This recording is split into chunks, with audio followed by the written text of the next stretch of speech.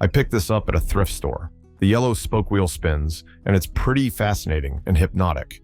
I'm sure it serves a purpose, but I have no idea what that might be. It's made of metal or metal alloys. Any idea what this could be? What you found is a gyroscope toy. To use it, thread a string through the hole in the spindle and wrap it around. Then, give it a quick pull, just like starting a lawnmower, and the gyroscope will do some fascinating things, like balancing on the tip of a pencil. I also have an interesting video clip where astronaut Tim Peake explains how gyroscopes are used to keep spacecraft stable. In space, there's no up or down, and satellites use the same principle as submarines and aircraft, tracking their orientation with fast spinning gyroscopes that hold a steady direction. The International Space Station has 4 large gyroscopes that help stabilize it. I found a 6-sided copper box in an antique store. I was told it's a sewing box, but I couldn't find anything similar through online searches. Does anyone have any idea what this might be? What you found is a copper-lined cigar humidor cabinet. Humidors are designed to keep cigars fresh by maintaining a consistent level of humidity, which prevents the tobacco from drying out or becoming too moist. The copper lining helps regulate this humidity, ensuring the cigars are properly protected. There are several types of humidors, with the most popular being the desktop humidor, which is typically box-sized, with a lid on top or with 1 or more drawers. The type you found is a cabinet humidor, usually placed on the floor as a piece of furniture. These types of humidors were commonly used in the late 19th and early 20th centuries, when cigar smoking was particularly popular. A well-maintained humidor was essential for preserving the flavor and quality of cigars, making it a must-have for collectors and enthusiasts alike. I have an old-style can opener with a red plastic point at the bottom. I've seen these around for years, but I've never been able to figure out what that colored plastic tip is for. Does anyone know what its purpose is? What you found is a bottle and can opener that was popular in the 1970s. Starting in the 1930s, beer manufacturers began using steel cans, which had flat tops that required a church key opener to punch a hole for drinking. In the 1970s, some manufacturers introduced the push-tab can. These cans had 2 openings, one smaller hole to let air in and a larger one for drinking. The issue with this design was that people often cut their fingers on the sharp edges while opening them. The opener you have was specifically designed to safely open these kinds of cans. I found a 15-inch long object while metal detecting in Germany. The bottom is painted red, and it's not particularly heavy. Does anyone know what this might be?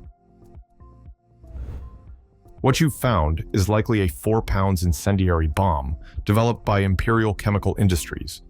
This type of bomb was the standard light incendiary bomb used by the Royal Air Force Bomber Command, with over 36 million bombs produced by 1944.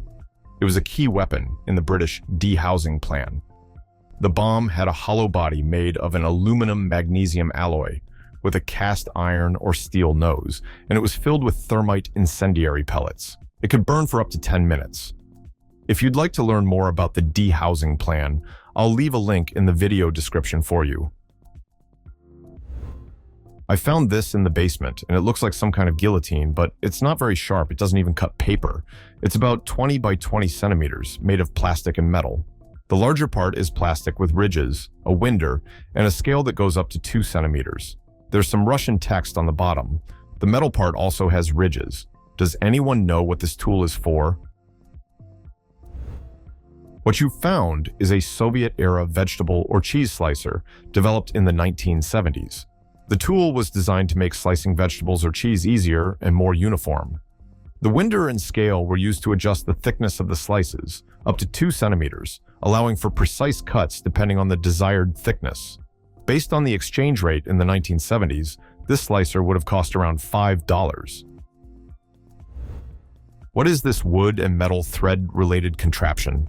I found it in my engineer grandparents' house among other beautiful functional artifacts. It's about 60 centimeters long and at least 50 years old. Does anyone know what it could be used for? What you found is an antique tensile strength testing machine developed by the company James Heel in the late 19th century. This old scientific device has an oak base with brass components and was used to test the strength of materials like string, thread, cordage, textiles, or wire. Tensile strength machines were critical tools in various industries, especially for textile manufacturing, where it was essential to ensure the durability and quality of materials. The machine would measure how much tension a material could endure before breaking, providing valuable data for industrial applications. I found this large vessel in the basement of an old psychiatric hospital. It has openings on both sides of a concrete wall with big steel doors. The opening is about 5 feet by 5 feet. One of the gauges on the side says ammonia. The hospital was built in the late 1800s. Does anyone know what this could be?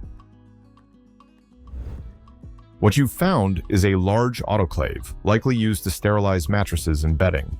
The mention of ammonia refers to its role in raising the pH during the sterilization process. While this is speculative, ammonia may have been used to enhance the disinfectant's effectiveness or to speed up the process for certain materials. Ammonia is useful in these cases because it can be vented from the autoclave and evaporates, unlike something like sodium hydroxide, which would leave a residue unless thoroughly rinsed. I found this small wooden box, which I was told was made in the early 1900s and might have been used for rings, but I'm not convinced. The compartments are slanted and small, measuring about 4 inches by 2 inches. I tried searching online but couldn't find anything. There aren't any inscriptions or details on the wood. Has anyone ever come across something like this? What you found is likely a triple stamp box. These boxes were used to store and organize postage stamps. The slanted compartments helped separate the stamps for easy access, often holding different denominations. Given its small size and design, this box would have been a practical item for someone who regularly handled mail in the early 1900s. I found a handle with parallel sharp metal prongs at a thrift shop in the kitchenware section. The prongs have pointy ends, and the handle is plastic. It's about 25 centimeters long. Does anyone know what this tool is used for? What you found is a tool specifically designed for cutting angel food cake. A regular knife would compress and smash the light, fluffy texture of the cake, but this tool prevents that from happening. It's easy to use. Simply pierce the cake with the prongs and gently move the tool back and forth to slice off a piece. I found this item in our Airbnb in coastal Maryland. It's extremely sturdy, has wheels, and some kind of seat or backrest. Does anyone know what this might be used for? What you found is the lower part of an industrial ship's porthole bar cabinet. This cabinet has a very unique design and comes with a hefty price tag, costing around 5,500 euros for the full piece. In the last video, I asked you to guess what this object was, and many of you nailed it. Many correct answers came in through the comments. It was indeed a stainless steel soap, which is often used to remove strong odors like onion or garlic from your hands. Thanks to everyone who left a comment. The first person to guess correctly was user Sander Hafra. Now, it's time for a new challenge. What is this object that looks like a spoon? It's about 25 centimeters long and seems to be made of brass. Can you guess what this item is? Leave your guesses in the comments, and I'll reveal the answer in the next video. Thank you for watching. If you enjoyed the video, please like and subscribe. Your support motivates me to create more videos. See you next time.